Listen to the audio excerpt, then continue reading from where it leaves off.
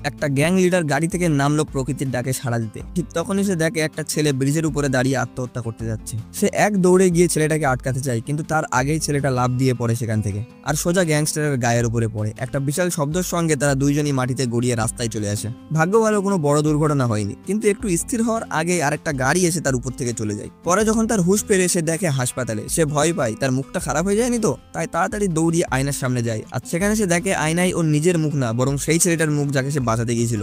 প্রথমে সে ভাবে এটা নিশ্চয়ই কোনো স্বপ্ন, কিন্তু ঠিক তখনই বাইরে থেকে ওর গ্যাংয়ের ছেলেপিলেদের আওয়াজ আসছিল। হাসপাতালে আছে বলে সে বাইরে গিয়ে ওদেরকে চিৎকার করতে মানা করে আর বলে চুপ কর, কিন্তু পরের সেকেন্ডে একটা ঘুষি এসে পড়ে সরাসরি তার মুখে।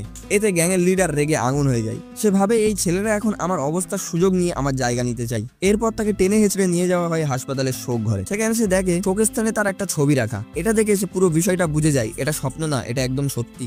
রাগে গা গরম হয়ে এসে পুরো শোক স্থানকে এলোমেলো করে দেয়। চিৎকার করে বলতে থাকে আমি মরিনি, আমি বেঁচে আছি। কিন্তু তার ছোট ভাইরা কোনো কথাই শুনতে চায় না। তাদের মনে হয় এই ছেলেটার জন্যই তাদের বসের আজকে এই অবস্থা। তারা এতটা রেগে গেছে যে এই ছেলেটাকে এক্ষুনি কবর দিয়ে দেবে। ঠিক তখনই বড় বস প্রেসিডেন্ট এসে থামিয়ে দেয়। তিনি বলেন গ্যাং লিডার দেবা যেহেতু মারা গেছে, ছেলেটাকে বাঁচাতে গিয়ে আমাদের তাদের শেষ ইচ্ছাকে সম্মান করা উচিত। সব বুঝে গিয়ে দেবা এবার নিজের আসল শরীর খুঁজতে বেরিয়ে গেল মরক ঘরে। সে গিয়ে নিজের মৃতদেহকে খুঁজে বের করে, চেষ্টা করে কোনোভাবে নিজের শরীরে ফিরে যেতে, কিন্তু পারে না। এরপর সে আবার সেই দুর্ঘটনার স্থান অর্থাৎ ব্রিজের উপরে গিয়ে পৌঁছায়। ভাবলো যেখান থেকে ঘটনা শুরু হয়েছে হয়তো এবার সেখানে গিয়েই নিজের দেহে ফিরে আসবে, কিন্তু এবার কিছু বদলালো না, বরং সে পড়ে গিয়ে একটা পা ভেঙে ফেলে বসলো। তার থেকেও ভয়ঙ্কর সত্যি হলো সে টানা 3 দিন অজ্ঞান ছিল। এই সময়ের মধ্যে তার আসল দেহের সৎকার হয়ে গেছিল, মানে শেষ কাজ হয়ে গেছিল। এখন তার আর কিছুই করার নেই, সবকিছুই শেষ।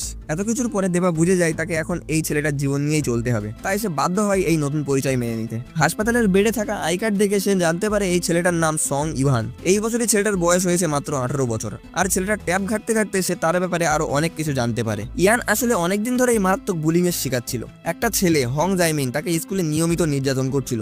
জোর করে বাড়ি থেকে মদ চুরি করে আনতে বলতো, গহনা চুরি করাতো, এমনকি দোকান থেকে সিগারেট পর্যন্ত চুরি করতে বাধ্য করতো। আর যদি একটু দেরি করতো বা না চাইতো তাহলে তো একটাই উত্তর, মারধর। শুধু তাই না, তারা ওর নামে ছড়িয়ে দেয় ও নাকি একজন স্টকার। ফলে স্কুলের সবাই তাকে দূরে সরিয়ে দেয়, পুরো একা করে দেয়। এসব দেখে দেবার ভেতরটা একেবারে কেঁপে উঠলো। ইহানের ডায়েরির পাতাগুলো যেন রক্ত দিয়ে লেখা। রেগে গিয়ে সে সেই ট্যাপটা ভেঙে ফেলে। সে শপথ নেয় এই বুলিদেরও সে এমনই অবস্থা করবে, যাতে তারা বুঝতে পারে বাঁচার থেকে মরে যাওয়া সহজ। তবে সমস্যা একটাই, এই ছেলেটার মাথায় ছিল লম্বা লম্বা চুল, যা দেবার স্টাইলের সঙ্গে একদমই ম্যাচ হচ্ছিল না। সে চাই আগে তার হেয়ার কাটিং এর দরকার আছে, কিন্তু নাপিত তাকে একদম অদ্ভুত একটা স্কুল ফ্রেন্ডলি হেয়ার কাটিং দিয়ে দেয়। বলে হাই স্কুলের টিচাররা এসব একদম পছন্দ করবে না যে তুমি স্টাইল নিয়ে চুল কেটে যাওয়া। দেবার চোখে শিক্ষক মানে স্নেহযোগ্য ব্যক্তি, তাই সে কিছু বলে না। এমনকি স্কুলে প্রথম দিন সে দেরি করে ঢোকে, তবুও ছেলেপেলেরা তাকে ভিতরে ঢুকতে দেয়, কিছু বলে না, কেন কি শিক্ষকের প্রতি তার অসম্ভব স্নেহ দেখে। কিন্তু এরপর একটা নতুন ঝামেলা তৈরি হয়ে যায়। ডায়েরিতে লেখা ছিল না সে ক্লাসের কোন সিটে বসে। তবে এসব নিয়ে দেবা একটু চিন্তা করছিল না। ক্লাসের মেয়েদের কাছে জিজ্ঞাসা করলো সে কোন সিটে বসে। তবে যখন সে জানতে পারলো এখন সিট ঠিক হয়নি, তখন সে নিরিবিলি গিয়ে একটা নিজের সিটে বসে পড়লো চুপচাপ।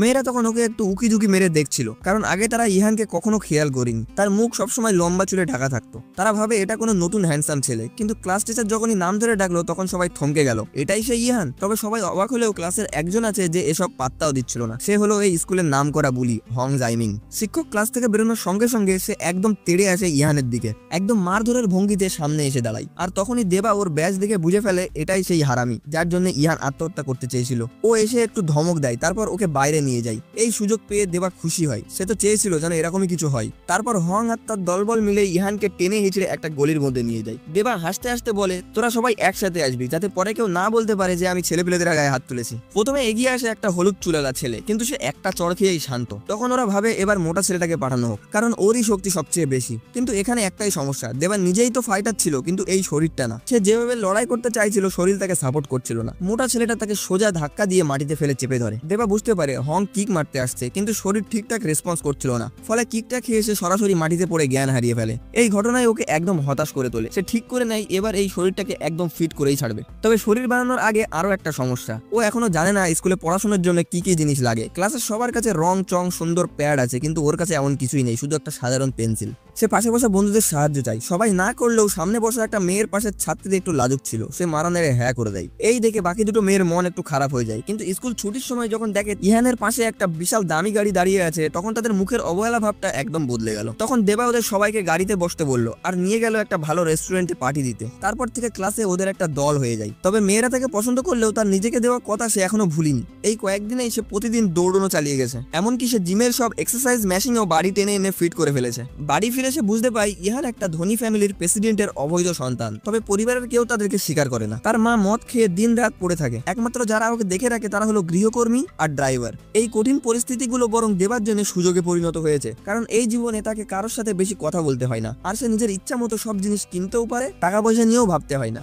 তবে তার এই হঠাৎ খরচা বাড়া নিয়ে নজর পড়ে প্রেসিডেন্টের সেক্রেটারি সরাসরি স্কুলে চলে আসে আর তাকে সাবধান করে দেয়। দেবা বুঝে ফেলে এই মহিলার চোখে সে আগাগোড়াই একটা ঘৃণার পাত্র।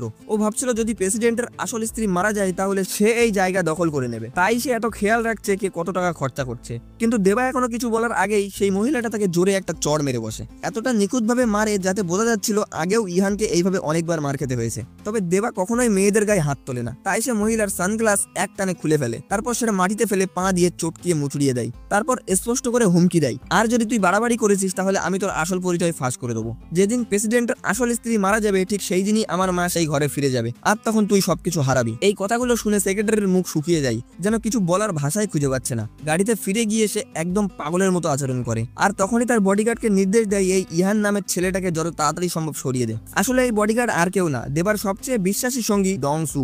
যদিও সে এখন জানে না যে ইহান আসলে তার প্রিয় বস কিম দেবা, তবে পরে তার এটা জানতে মুশকিল হবে না। এদিকে দেবা নিজেকে পুরোপুরি বদলে ফেলেছে। সে এখন জিমে গিয়ে মার্শাল আর্ট আর বক্সিং প্র্যাকটিস শুরু করেছে। তার শরীরের গঠনও অনেক বদলে গেছে, এমনকি সে ক্লাসের ভোল্ট জাম্প কম্পিটিশনে পুরো স্কুলের সবচেয়ে বেশি নাম্বার পায়। তার শরীরের মাংসপেশি একেবারেই আগের গ্যাংস্টারের মতোই ফিট হয়ে গেছে। তারপর দেবা যখন স্টিম বাথ নিতে গিয়েছিল, দুইজন ছেলে ওকে জলে ভিজিয়ে দিয়ে ঝামেলা শুরু করে। দেবা বলে ছোটরা মাঝে মাঝে ভুলে যায় কার সাথে তারা খেলতে এসছে। তাদের একজন তখন মুখে বড় বড় কথা বলতে থাকে, কিন্তু কথার মাঝেই দেবা হঠাৎ তার প্রাইভেট পার্ট চেপে ধরে আর ছেলেটা তীব্র চিৎকার দিয়ে কুকুরে পড়ে। ঠিক তখনই দেবার চোখ পড়ে ছেলেটার হাতে থাকা একটা ট্যাটুতে, সেটা ডং সু গ্যাং এর একটা সিম্বল। দেবা সঙ্গে সঙ্গে চিনে ফেলে আর বলে তোরা তো নতুন গ্যাং তৈরি করেছিস না। এই কথা শুনে ওই ছেলেটা পুরো হকচক হয়ে যায়। সে বুঝতে পারলো না দেবা এত কিছু জানলো কিভাবে।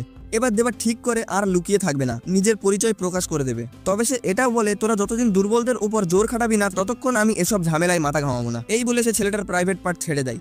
আর তার এইরকম লেকচার ও শক্তি দেখে ওরা মেনে নেয় এই লোকটাকে সত্যিই বস বলা যায়। দেবা তো কাউকে কিছু না বলেই চলে গেল। তবে এই মুহূর্তে দেবার এসব নিয়ে ভাবার সময় নেই, সে নিজের মতো রাস্তায় ঘুরছিল। তখন হং এসে দেবার কাছে প্রোটেকশন মানি চাই। আরো খারাপ ব্যাপার হলো সে একটা ভিডিও দেখায়, যেটাই দেখা যাচ্ছে সে আগে কিভাবে ইহানকে মানে বর্তমানে দেবাকে অত্যাচার করত। এই ভিডিও দেখে দেবা আর সহ্য করতে পারলো না, তার ভেতরে সমস্ত মানবিকতা তখনই শেষ হয়ে যায়। এবার সে ঠিক করে এখন আর বড়রা ছোটদের মারবে না, এই নীতিতে আর সে থাকবে না, কারণ এই ছেলেগুলো এমন যাদের জন্য ন্যায় নীতি কোনো কাজেই লাগে না। ও ভাবে এখন এদের শায়েস্তাই করাই হবে সমাজের কাজ। নিজের জ্যাকেটটা খুলে ওদের উপর ঝাঁপিয়ে পড়ে, প্রথম ছেলেটাকে এক ঘুষিতে মাটিতে ফেলে দেয়। তারপরে একে একে সবাইকে বেধড়ক পিটোতে থাকে। তার ঘুষিগুলো যেন একটা একটা 2.5 কেজি করে, মুখে পড়তেই সবাই ছিটকে পড়ে যাচ্ছিল। তারপর শেষমেশ ও ওই মোটা ছেলেটাকেও তুলে আছাড় মারতে পারলো। আর হং তখন শেষ চেষ্টা হিসেবে একটা অস্ত্র তুলে নিল, কিন্তু দেবার কাছে এসব যেন বাচ্চাদের খেলা। দেবা একটা দুর্দান্ত ফ্লাইং কিক দিয়ে একেবারেই ফিনিশ করে দেয় গোটা লড়াইটাকে। সবাই যখন মাটিতে গড়াগড়ি খাচ্ছিল, দেবা তখন সোজা এসে হংয়ের সামনে দাঁড়ায়, চুলের মুঠি ধরে তাকে টেনে তোলে। ঠিক তখনই হং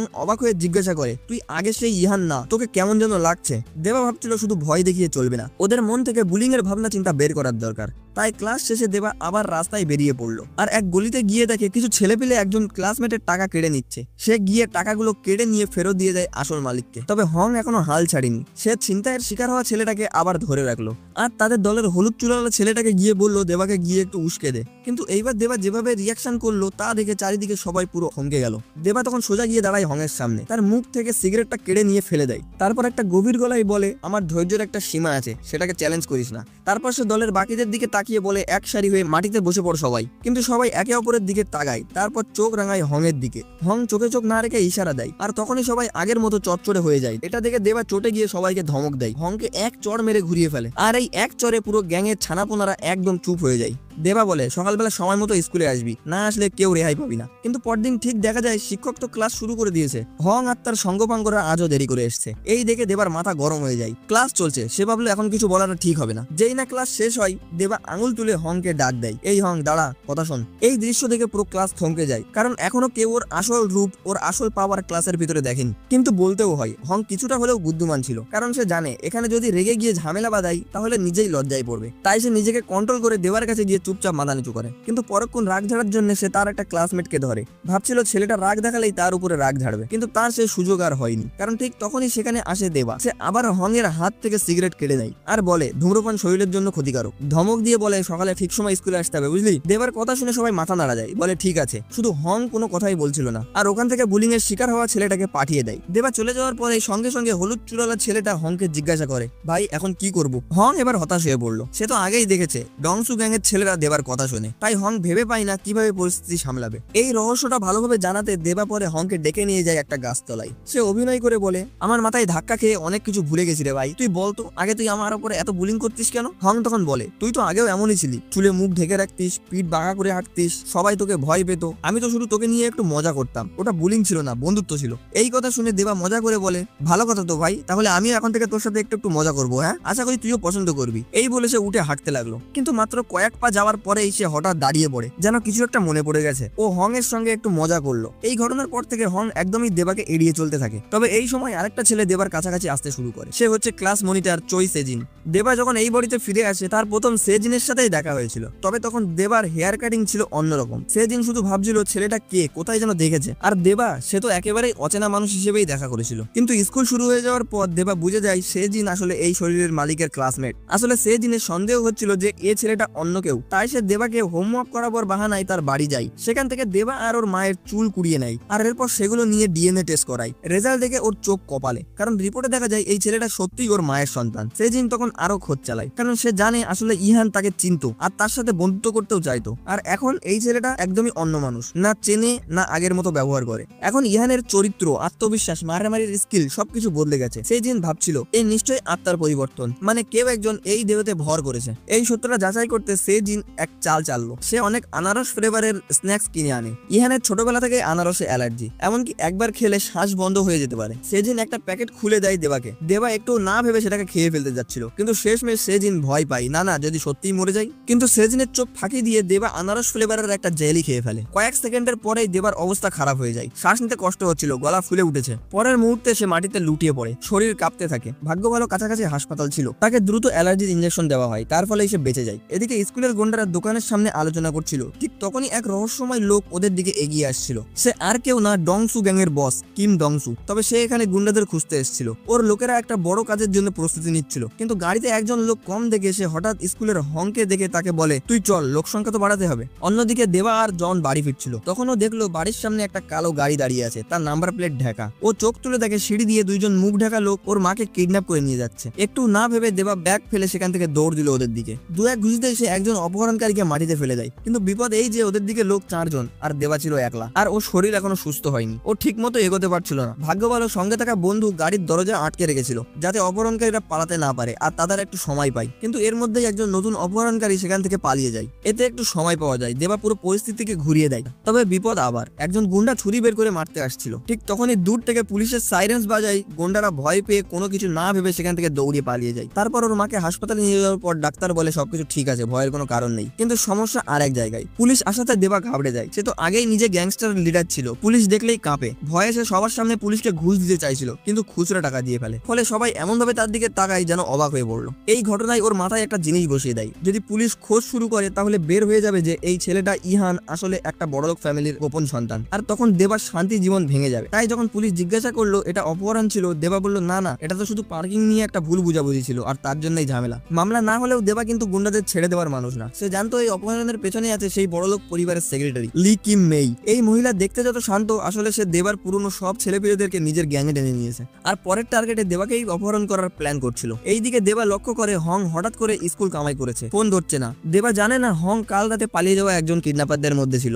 এখন সে চুপচাপ দেবার বাসার পাশে ঘুরঘুর করছিল, খোঁজ নিচ্ছিল কালকের ঘটনাটা কি সত্যিই পুলিশের কাছে রিপোর্ট করা হয়েছে কিনা। ড্রাইভার অবশ্য বলে দেয় জানি না কিছুই, তবু সে বাসার আশেপাশে ঘুরঘুর করতে থাকে। ঠিক তখনই স্কুল ছুটির পর দেবা আর সেজিন একসাথে বাড়ি ফিরছিল, আর হং সুযোগ পেয়ে মনের সব সন্দেহ উগড়ে ফেলে। হং তো জানতোই না এই মহিলাটা আসলে দেবার মা, আর দেবা যে এমন ধনী পরিবারের ছেলে সেটাও বুঝে উঠতে পারিনি। মাথা ঘুরে যায় ওর, এমনকি রাতের নাস্তা পর্যন্ত এত দামি। তবে দেবা খেয়াল করে হং পুরো কেকটা একা সাবার করে দিয়েছে। তাতে সে বুঝে যায় হং সারাদিন কিছু খায়নি, তাই দেবাকে নিজের বাড়িতে নিয়ে আসে। এই প্রথম হং কোনো ধনী বাড়ির ডাইনিং টেবিলে বসেছে, সামনে অনেক খাবার রাখা, আর সে অবাক চোখে তাকিয়ে থাকে। তবে তার মাথায় এখনো সেই অপহরণের তদন্ত নিয়ে টেনশন, তাই চালাকি করে দেবার সাথে বলে বসে আমার বাড়ির গ্যাস নেই, ঠান্ডায় কষ্ট হচ্ছে, আমি কি এখন তোর বাড়িতে থাকতে পারি? পারি? দেবা কিছু বলার আগে সেজিন সোজা না বলে দেয়, কিন্তু হং দুঃখের গল্প শুরু করে দেয়। দেবার মন গলে যায় আর সে থাকতে দেয়। কিন্তু বাড়িতে ঢোকার পরেই নাটক শুরু। হং সবে ব্যালকনিতে এসেছিল আর পেছন পেছন এসে সেজিন বলে দেয় একটা চমকে দেওয়া সত্যি, তুই ওই রাতে কিডন্যাপারদের সঙ্গে ছিলি না? সেজিনের কথাই তো হং পুরো ঘাবড়ে যায়। সে বাঁচার চেষ্টা করে, আমি তো কিছুই করিনি, কিন্তু সেজিন তখনও বলে দেয় তুই যখন পালাচ্ছিলি তোর ক্যাপ পড়ে গেছিল আর সেটা আমি দেখেছি।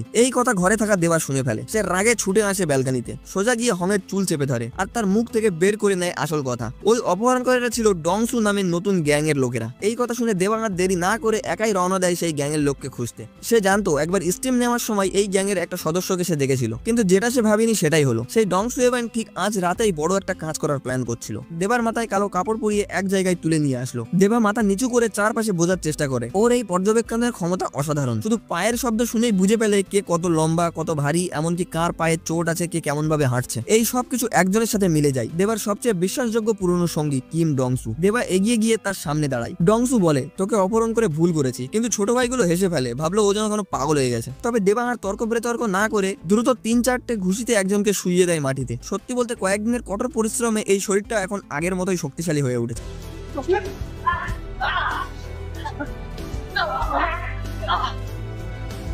তবে এবার একটা মোটা ছেলে এগিয়ে আসে আক্রমণে, আর দেবার সিদ্ধান্ত নেয় তার সেই বিশেষ মুভটা আর একবার ব্যবহার করবে, যেটা এই মোটা ছেলেটাকে তার ফ্যান বানিয়ে ফেলেছিল। কিন্তু সেটা হলো না, কারণ এখনো এই শরীরটা আগের মতো নেই। তার জন্য সে সফল হতে পারলো না। তারপর ঠিক যেমনটা ভেবেছিলাম, ওই মোটা ছেলেটা এক ঘুষিতে দেবাকে অজ্ঞান করে ফেললো। আর যখন দেবা জ্ঞান ফিরে পায় তখন সামনে দাঁড়িয়ে শুধু কিম ডংসু। সে হেসে বলল, তুই তো কেবল একটা হাই স্কুল স্টুডেন্ট, তোর জন্য তো আমি একাই যথেষ্ট। এই কথা শুনে দেবা তো হেসে ফেললো আর ধীরে ধীরে এগিয়ে যায় ডংসু এর সামনে। তাহলে চলো পরীক্ষা করে নিয়ে যাক, শুধু ঘুষি দিয়েই মোকাবেলা হোক। তবে ডংসু তো এক সময় দেবার নিজের ছোট ভাই ছিল। সে এখনো মনে রেখেছিল কখনো মেয়েদের, বাচ্চাদের আর বুড়োদের উপর হাত তোলা কোনো বীরত্বের প্রমাণ না। কিন্তু হঠাৎ দেবা বলে বসে, তোর বাঁ পায়ে তো চোট আছে না? এএলসি ছিঁড়ে গিয়েছিল। আর সেই ঘটনার বিস্তারিত ও বলে দেয়, এমনকি নিখুঁত ভাবে। ডংসু একদম হতবত হয়ে যায়। আর তখন দেবা ঠান্ডা গলায় বলে, যদি আমি তোর লড়াইয়ের সময় বাঁ পায়ে দাঁড়াতে মজবুর করি, তারপর একটা কিক দিই, তোর হাঁটু আর কখনোই ঠিক হবে না। এরপর সে হাতে তুলে নেয় একটা ইংরেজি কার্ড আর মজা করে বলে, এটাকে তুই অ্যালবাটা না বলে ওরিগাতা পড়িস। এই কথা শুনে ডংসু তো কেঁপে উঠলো। তারপর দেবা বলল, ভালোভাবে শেখার জন্য দরকার বোঝা,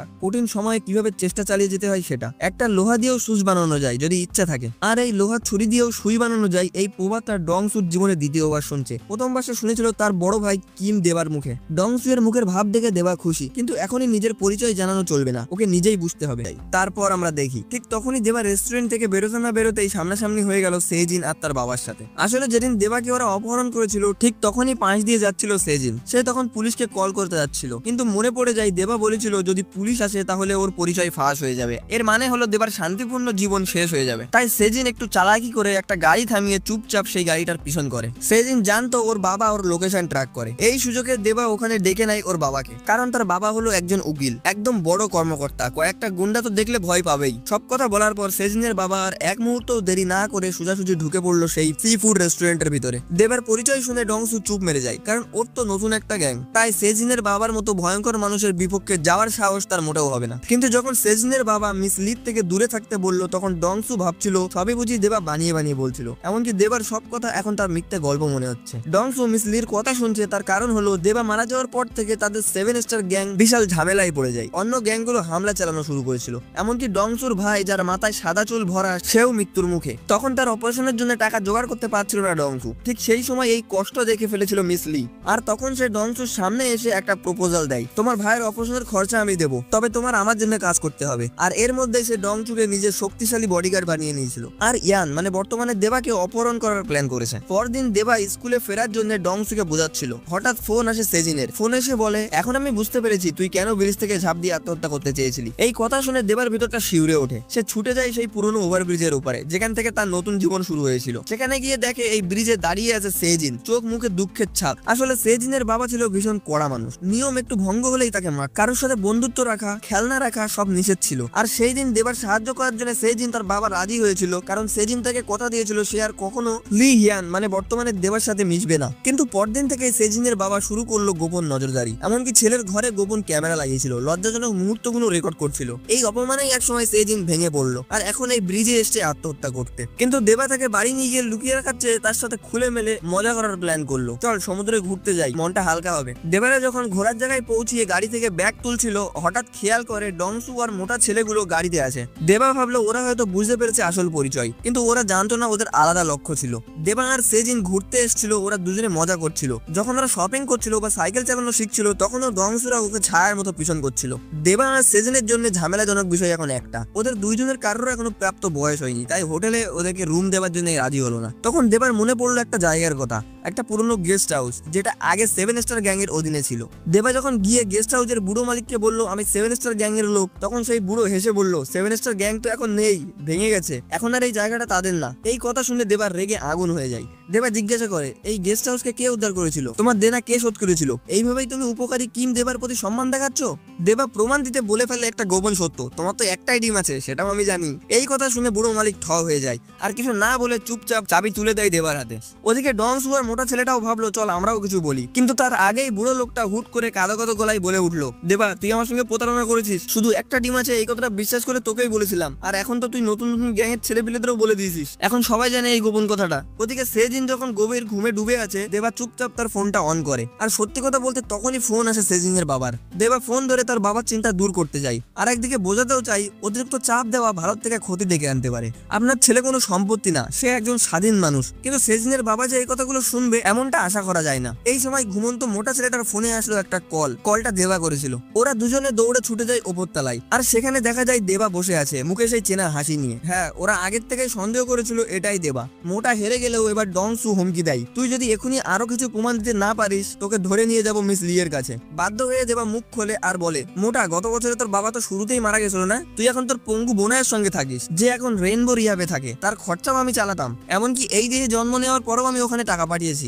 আর ডংসু, আমরা যখন প্রথম দেখা করি তোর বয়স তখন ছিল 19, সেই সময় তুই এত গরিব ছিলি যে তোর কাছে টাকা চুরি হয়ে যাওয়ার পর খাওয়ার টাকাও ছিল না, আমি তখন তোকে একটা স্যুপ খাওয়াই, আর তখন তুই বলিস যদি মাংস খাও তাহলে আমি তোমার অধীনে কাজ করতে রাজি। এই মুহূর্তে ডংসু দেবাকে তুমি করে সম্বন্ধ করতে শুরু করলো। এটাই প্রমাণ করে সে মন থেকে বিশ্বাস করতে শুরু করেছে এটাই দেবার রূপান্তরিত রূপ। কিন্তু একটা সমস্যা আছে, এই দৃশ্য দেখে এখনো অবাক হয়ে বসে আছে সেই মোটা ছেলেটা, সে আসলে কে?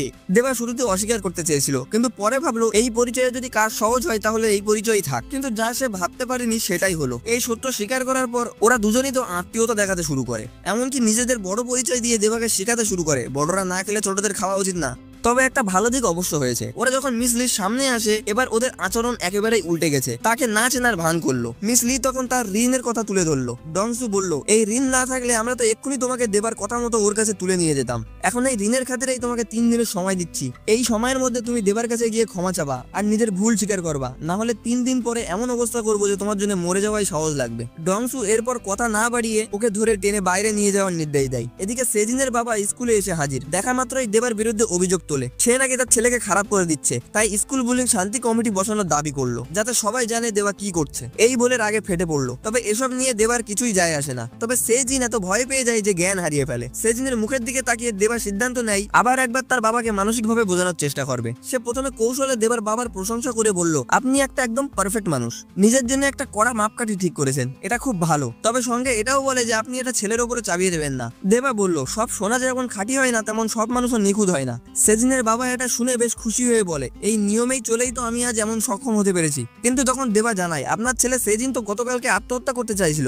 এই কথা শুনে সেজিনের বাবা একদম হতাশ হয়ে যায়। তবুও সে গর্ব করে বলে, যদি সেজিন এতটুকু নিয়ম না মানে তাহলে আমার মতন সফল হবে কিভাবে? এরপর দেবা আরো যুক্তিগত কথা বলে, কিন্তু গন্ডগোল হলো সে তো একজন স্কুল ছাত্র, তাই যতই ভালো কথা বলুক না কেন তার বাবা এগুলোকে মাইন্ড করছিল না, বরং রেগে গিয়ে সোজাসুজি দেবাকে একটা চড় মারতে যায়। দেবা সেটাকে ঠেকিয়ে দিয়ে ওখান থেকে চলে যায়। তার বাবা সঙ্গে সঙ্গে হেড স্যারের কাছে ফোন করে। অন্যদিকে মিস লি হঠাৎ করে শুনে ফেলে কিছু ছাত্র ইহানের কথা বলছিল, মানে বর্তমানে দেবার কথা বলছিল। সঙ্গে সঙ্গে একটা খারাপ প্ল্যান মাথায় আসে তার। সে সোজা ওই ছাত্রদের সামনে গিয়ে জানতে চায়, তোমরা কি ইহানের ক্লাসমেট? পরদিন দেবা ক্লাসে ঢোকার সঙ্গে সঙ্গে দেখে সবার চোখ ছলছল করছে, একটা অদ্ভুত এক্সপ্রেশন। যে মেয়েটি ওর সবচেয়ে ভালো বন্ধু সে তো একদম কাঁদো কাঁদো হয়ে গেছিল। এই দেখে দেবা কিছু বুঝতে পারে না, একদম হতবত হয়ে পড়ে। তখন একটা ক্লাসমেট জানায় তাদের সবার বাবা মার কাছে বুলিং কমিটি থেকে একটা নোটিশ পাঠানো হয়েছে। তাতে লেখা আছে দেবা নাকি সেজিনকে হোটেলে নিয়ে গিয়ে জোর করে মদ খাইয়েছে, আর গতকাল অজ্ঞান হয়ে যাওয়ার পেছনে এটাই তার কারণ। এই অভিযোগের কথা শুনে দেবার মাথা গরম হয়ে যায়। সে বুঝে যায় এটা সেজিনের বাবারই কাজ। যখন ভালোভাবে বোঝালে কাজ না হয় তখন জোর খাটাতে হয়, আর এই পথটাই আপনালো সেজিনের বাবা। কিন্তু দেবা কিছু করতে যাওয়ার আগেই পুলিশ থেকে ফোন আসলো। ফোনে জানানো হয় 4 জন ক্লাসমেট দেবার বাবার নামে অভিযোগ করেছে, তাই তাকে থানায় গিয়ে জিজ্ঞাসাবাদে সাহায্য করতে হবে। দেবা বুঝে যায়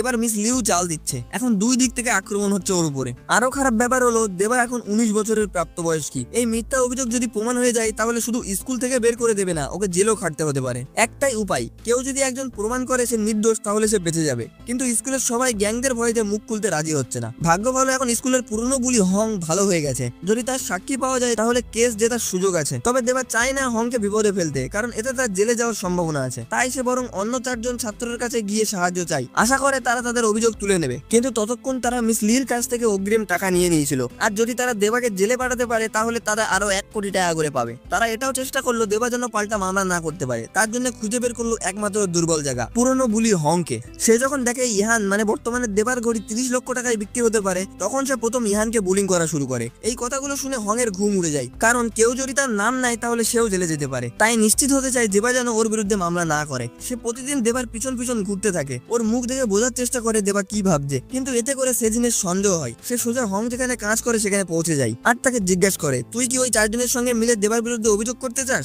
হং তখন মিথ্যা বলার চেষ্টা করে, কিন্তু সেজিন তাকে একদম সুযোগ না দিয়ে সত্যি কথা বুঝিয়ে দেয়। এই কথাগুলো হংকে একেবারে ভেতর থেকে কাঁপিয়ে দেয়, কারণ সে নিজের মধ্যেই দেবার জন্য দুঃখ প্রকাশ করছিল। আর তখন যদি তার কারণে দেবার জেল হয় তাহলে সে নিজেকে কোনোদিনও ক্ষমা করতে পারবে না। তাই সে নিজের থেকেই দেবার কাছে যায়, কিন্তু গিয়ে প্রথমেই বলে দেয় আমি কোর্টে গিয়ে সাক্ষী দিতে পারবো না। এই কথাই দেবা বলে আমি কখনোই চাইনি যে তুই গিয়ে সাক্ষী দে। আর এটাতেই হং আরো বেশি অপরাধী বোধ করছিল নিজেকে। সে নিজেকেই প্রশ্ন করে দেবার তো আর কোনো রাস্তা নেই, আমার সাহায্য ছাড়া না ও কেস জিতবে না ও জেল থেকে বাঁচতে পারবে, তাহলে কেন আমার সাহায্য নিতে যাচ্ছে না? দেবার কথা শুনে হং ভেঙে পড়লো। সে হাঁটু গেড়ে মাটিতে বসে পড়ে আর কাঁদতে কাঁদতে বলে আমি শুধু লেখাপড়া শিখতে চাই। সে বুঝতে পেরেছে আগে সে যেভাবে ইহানের সাথে ব্যবহার করতো তা খুব খারাপ ছিল। তবে হং যতটা আবেগে ভেঙে পড়েছিল দেবা ঠিক ততটাই শান্ত ছিল। দেবা একদম নিশ্চিন্ত ভাবে জানিয়ে দিল আমি কখনোই তোকে জেলে পাঠাতে চাই না। আর তার অপরাধ বোধ যেন কিছুটা হালকা হলো। তার জন্য ওকে বাড়ি নিয়ে এসে একসাথে ডিনার করলো। সবাই বলে মানুষের স্বভাব বদলায় না, কিন্তু আমি জানি তুই বদলাবি, আর আমি নিজেই সেটা দেখবো। দেবার কথা যেন সত্যিই মনে গেঁথে যায় হংয়ের। পরদিন সকালে হং উঠে পড়লো, ঘর পরিষ্কার করলো আর ফ্রিজে যা ছিল তা দিয়ে বোনের জন্য রান্না করে টেবিলে রাখলো। সবকিছু গুছিয়ে নিয়ে এসে ফোন করলো সাদা চুলালা ছেলেটার কাছে। ওদিকে দেবা ও সেজিনকে নিয়ে যাওয়া হয় কমিটির কাছে, যেখানে স্কুলের বুলি ছেলেগুলো আগের থেকেই সেখানে উপস্থিত আছে। কিন্তু সভা শুরু হওয়ার আগেই হং সেখানে ঢুকে পড়লো। দেবা ভীষণ ভয় পেয়ে যায়। সে ভাবে হং হয়তো সাক্ষী দিতে এসছে, কিন্তু না, ঘটনাটা নিয়ন্ত্রণের বাইরে বেরিয়ে যায়। সাদা চুলালা ছেলেটা একটু ঝুঁকে বসতেই ওর পিছনের ব্যাগটা দেখা যাচ্ছিল। হং সেটা এক ঝটকায় কেড়ে নিয়ে দেবার হাতে তুলে দেয়, আর বাকি 3 জনকে একা হাতেই সামলাই হং। দেবা ব্যাগ থেকে ট্যাপটা বের করে নেয়, কিন্তু সাদা চুলালা ছেলেটা ওর দিকে তেড়ে যায়। এই দেখে সেজিনের বাবা ফোন করে বসে আইনকর্তাদের কাছে, কিন্তু হঠাৎ সেজিনও একটা ঘুষি চালিয়ে দেয় ওদের উপরে। পুরো পরিকল্পনাটা এক ঝটকায় ভেস্তে যায় ওর বাবার সামনে। আইনকর্তারা এসে দেখে পরিস্থিতি নিয়ন্ত্রণে আছে। দেবা ট্যাপটা অন করে টেবিলের উপরে রাখে। ভিডিও প্রমাণ করে দেয় কে অপরাধী আর কে নির্দোষ, সব একদম স্পষ্ট বোঝা যাচ্ছিল। এই মুহূর্তে হং এগিয়ে এসে স্বীকার করে নেয় সে শুধু একজন বুলিই নয়, বরং ইহানের আত্মহত্যার মুখে ঠেলে দেওয়ার কারণও সেই ছিল। দেবা রেগে গিয়ে হংকে বকাঝকা করে সে কেন এরকম করলো তার জন্য, এতে তোর জীবন বরবাদ হয়ে যেতে পারে। শেষ পর্যন্ত 5 জনকে স্থায়ীভাবে আটক করা হলো। হং যখন দেবার পাশ দিয়ে যাচ্ছিল অনেক কিছু বলতে চাই, কিন্তু কিছুই বলতে পারলো না। কিন্তু দেবা ওকে ক্ষমা করে দিয়েছে, কারণ সে জানে হং পরিবর্তন হয়ে গেছে, কিন্তু সাদা চুলালা এখনো বদলায়নি, তাই ওর জন্য কোনো ক্ষমা নাই। দেবা যখন হংকে বিদায় জানিয়ে ফিরে যাচ্ছিল হঠাৎ হংয়ের চোখ বড় বড় হয়ে যায়, কারণ সে দেখে তার সামনে লম্বা চুলালা একটা ছেলে দাঁড়িয়ে আছে। হ্যাঁ, সেই আসল এই শরীরের মালিক লি ইহান। কারণ দেবা মাত্র 2 পর্বে যা করেছে তা ইহান পুরো জীবনেও করতে পারতো না। এরপর দেবা তার বাবার ফিরে আসার খবর পায়। সে কোনো দেরি না করে 5 ঘন্টার জার্নি করে ছুটে যায় এয়ারপোর্টে, আর অবশেষে সামনাসামনি হয়ে দাঁড়িয়ে পড়ে সেই লোকটার সামনে। তার হঠাৎ উপস্থিতির দিকে মিস লি একটানা ভয় পেয়ে সেখান থেকে দৌড় দেয়। ইহানের বাবা মানে এখন দেবার জন্মপিতা অবাক হয়ে তাকিয়ে থাকে, কারণ তার যতটা মনে আছে তার ছেলে সবসময় অসুস্থ থাকতো, দুর্বল আর ভীতুর মতো। কিন্তু আজকের এই দেবা ছিল একদম অন্য মানুষ। দেবা মিস লিকে ধরে আনে তার বাবার সামনে, কিন্তু চেয়ারম্যান তখন বাবার গলায় দেবাকে একটু বকাবকি করলো, তুই অকৃতজ্ঞ, এই মহিলাটা তোদের বাবা মা হয়ে তোর পাশে দাঁড়িয়েছিল আর তার সঙ্গে তুই এমন করছিস। দেবা সরাসরি সব কুকর্ম তুলে ধরে। সে শুধু মিথ্যে অপরাধী দেয় না, বরং দেবাকে আর ওর মাকে অপহরণ করার চেষ্টাও করেছে। এমনকি মিস লি আমার মাকে নিয়মিত মানসিক রোগের ওষুধ খাওয়াই, যাতে তোমার আসল স্ত্রী মারা গেলে সে নিজে তোমার বউ হয়ে ঘরে উঠতে পারে। এই কথা শুনে অবশেষে চেয়ারম্যানের মুখ একদম পুরো ঘৃণায় ভরে যায় ওর প্রতি। মিস লি শেষ চেষ্টা করে বলে এসব মিথ্যে কথা বলছে, বানিয়ে বানিয়ে বলছে, এটা একদম বিশ্বাস করবা না। কিন্তু চেয়ারম্যান সবকিছু বুঝে পেরেছিল। এই জায়গাতেই বোঝা যায় সে কেন এত বড় ব্যবসাকে সামলাতে পারে। তবে তার আসল ভয় ছিল একটাই, দেবা যদি এসব কাণ্ড প্রকাশ করে দেয় কোম্পানির সুনাম একেবারেই ধ্বংস হয়ে যাবে। দেবা দাবি করলো মিস লি হাঁটু করে আমার কাছে ক্ষমা চাক। চেয়ারম্যান সরাসরি রাজি হয়ে গেল। দেবা যেহেতু একসময় গ্যাং লিডার ছিল, তাই কাকে কিভাবে শাস্তি দেওয়া ভালো সে ভালো করে জানতো। কিন্তু তখন ঘটলো চমকে দেওয়া একটা ঘটনা। চেয়ারম্যান বলল, তোর এই পরিবর্তনে আমি গর্বিত, আমি চাই তুই আমার পরিবারে ফিরে আয়। কিন্তু এখন দুইজনের এই অভিজ্ঞতা পাক্কা। দেবা একেবারে স্পষ্ট উত্তর দেয়, তুমি কখনোই আমাকে বড় করেনি, তাই বাবা হওয়ার অধিকারও দিতে পারবে না। তুমি খরচা না দিলেও আমি মাথা উঁচু করে বাঁচবো।